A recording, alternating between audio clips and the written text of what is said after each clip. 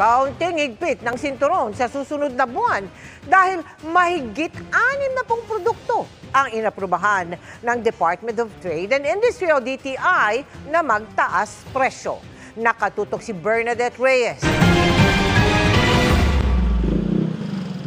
Hindi na lang buwan ng pagmamahal ang parating na Pebrero, kundi buwan din ng pagmahal ng 63 produkto.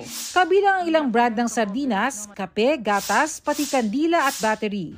Napagkasunduan yan sa pulong na Department of Trade and Industry at mga manufacturer. Ayon sa DTI, sinikap nilang pakiusapan ang mga manufacturer. Pero kailangan din nilang unawain kung bakit panahon ng itaas sa mga presyo.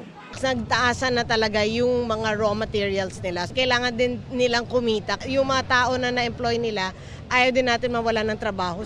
Ayon sa Department of Trade and Industry, 63 mga produkto ang magtataas ang presyo pagsapit ng Pebrero. Pero mas marami naman daw mga produkto ang hindi magtataas.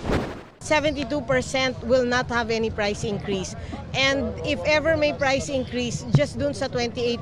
And most are below 5% and a little bit below 10%. So the price increase is just very minimal actually. Ngayon pa lang may mga naiisip ng paraan ang nakausap kong mamimili kung paano mapagkakasya ang humihigpit na budget.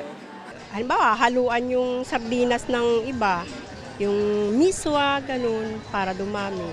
O kaya sotanghon, depende kung ano yung mas mura.